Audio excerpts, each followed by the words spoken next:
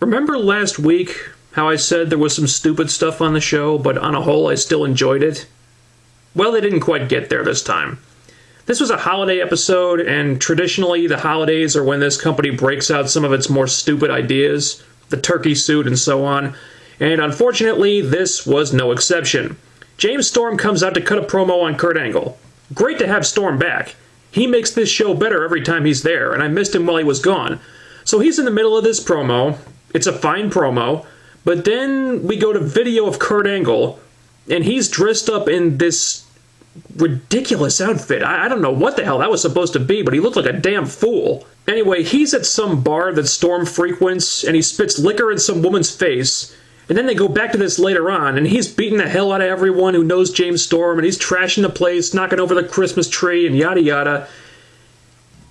And if this had been done differently, it might have worked. But through this whole thing, I kept saying to myself, how the hell are we supposed to take this seriously when Kurt is dressed in that stupid getup? He was like a Mountie or a cowboy or something. I get that he's doing it to mock Storm, but this just made Angle look like an idiot. You people are fools! Juvenile humor like that has no place in a feud like this, which up until now had been very serious. But you dress up Kurt Angle in this dumb Halloween costume, and seriousness goes out the window. I mean, really, this just came off like a joke. And that bummed me out because this was the first misstep in a feud that had been damn good and was booked very well so far. Can't really say that anymore. I mean, it doesn't kill the feud or anything, but there's no way I could call this stuff good. This whole show is ridiculous! Anyway, wrestling-wise, there was more going on here than in previous weeks. They did AJ and Kazarian versus Daniels and Bob Van Dam in the wildcard tournament. You knew what was going to happen here. AJ and Kaz could be a great team, but Van Dam and Daniels were just in there to advance their singles feud, which is really going nowhere because Van Dam is protected way too much, and they just won't let Daniels get any wins on this guy. Which is a damn shame because Daniels has been one of the most entertaining people on this show lately. But the match was fine. I can roll with Kaz and AJ as a tag team for a while. That's cool. And nice to see them doing something with Kaz finally. Jeez, it's been a while. Tony Nese and Zema Ion had another really nice match in their best-of-3 series, and they got a video package with promos and stuff beforehand, which was good. That's what they needed last week. So we're getting a sense of their characters now. Ion is like a vain, pretty boy, show-off guy, and Nese is this no-nonsense, all-business type. Now, I get the feeling Nese might be better as a heel, but I like this so far. They have good matches together. It's more depth in the X Division, which was really needed. I would like to see Austin Aries starting to scope these guys out and scout his competition, because they are fighting for a title shot after all. But aside from that, I have no complaints about this. The main event was problematic. It was fun, and they gave it a lot of time, but it was too chaotic, and the split screen was way overused. Also, it could have been set up a lot better. I mean, they have the perfect opportunity in the opening segment to announce this thing. The promos were good for the most part. Hardy not so much, but Bobby Roode, Bully Ray, and Sting were fine. And Sting did say they were going to have a match later on, but for some reason, he didn't think it was important enough to mention that it was going to be a street fight. Seriously? That little detail never crossed his mind? We had to hear about this from freaking Mike Tenay. And I don't know if you've ever bothered to notice this, TNA, but that guy just cannot sell stuff like this.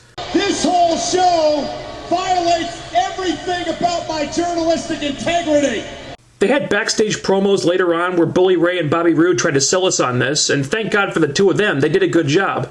But chalk this one up to a big oversight on Sting's part. I was a war correspondent, and now I'm covering this! But as for his performance in the match, I don't care to see Sting wrestling anymore, but I will give him props here. My jaw dropped when he did that slingshot over the top rope. I couldn't believe it.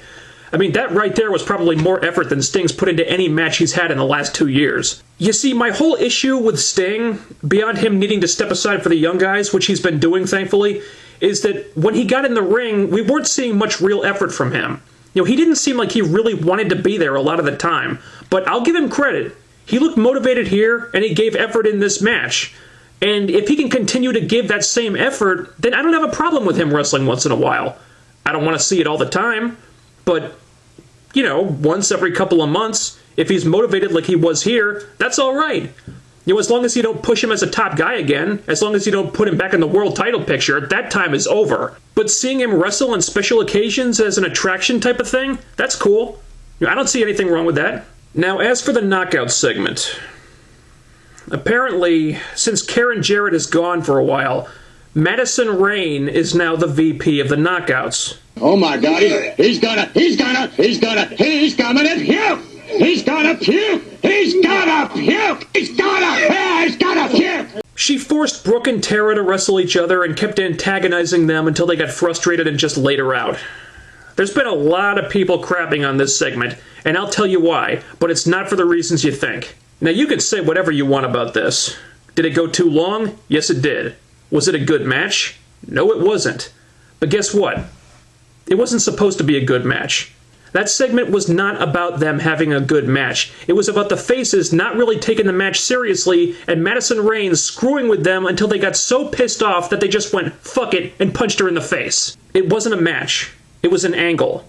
And the whole purpose of the angle was to put heat on Madison Rayne, which is exactly why it failed.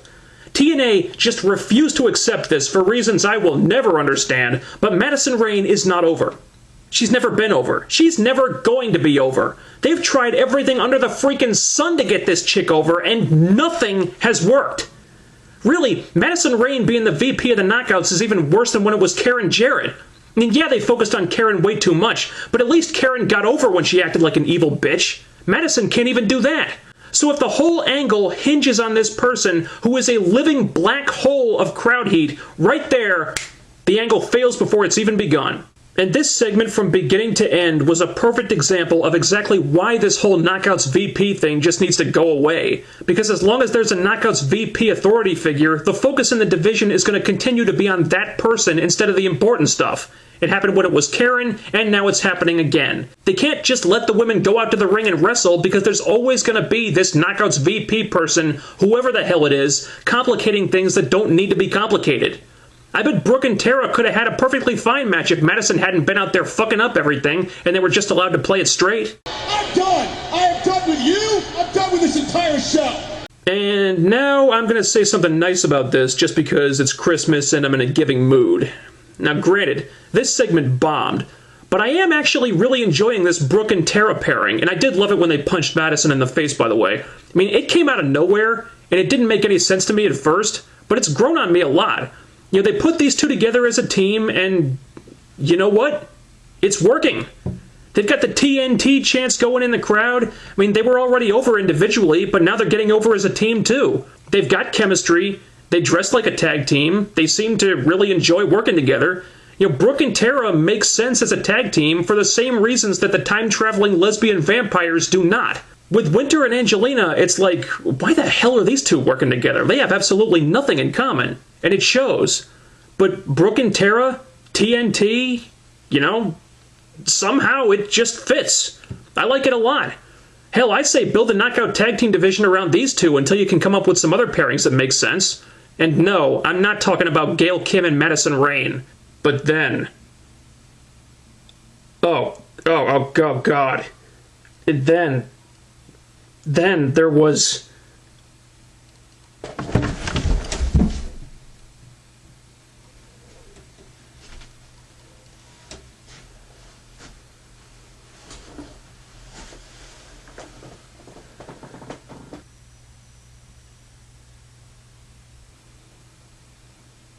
Eric Young and ODB. Hey, remember last week when I said this? You know what? If that team was made for any reason other than that the writers were just trying to amuse themselves, I will eat these sunglasses. Anybody think I'm wrong? Oh, Christ, this was awful. Not one, but multiple pre-tapes of this crap. Eric and ODB out to dinner at a restaurant where Eric tries to lock up with the waiter. Will you sit down and quit making a fool out of yourself? Because that was necessary for some reason. And then there was another one where Eric was looking for jugs for ODB or something. I wasn't really sure. I couldn't see clearly through all the blood in my eyes. And if that shit wasn't bad enough, then they had this stupid, pointless fucking match.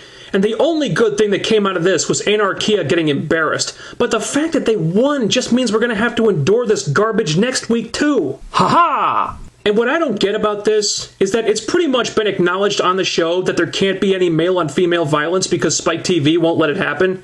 I mean, yeah, that was a while back, but I'm pretty sure it still applies. So if that's the case, then how the hell did ODB even get booked in this tournament to begin with? It's a waste of time. The writers are obviously just doing this to get a laugh out of it, but it's not funny. It's just stupid.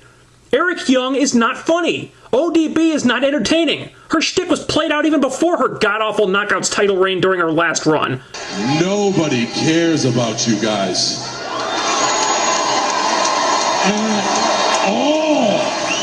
When you put them together, all you're doing is giving me a reason to run for the toilet. Speaking of which...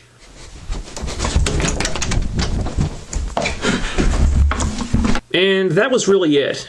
There wasn't a whole lot going on this week. I guess they probably figured that a lot of people wouldn't be watching because of the holidays, so they just tried to have some fun and not advance things too much. The hype for Rude Hardy was good. There were a couple of good matches, but the Eric Young ODB stuff was absolutely painful. The Kurt Angle stuff was ridiculous, and even though I enjoyed seeing the faces Poon, Madison Rayne, the Knockout segment tanked. They tried to do a lot of holiday-themed comedy here, and I'm sorry, but it just did not work on any level. It could have been worse, but it could have been a hell of a lot better, too. Frankly, I'll be really glad when they get back to business, presumably after New Year's. That's all for now. Merry Christmas.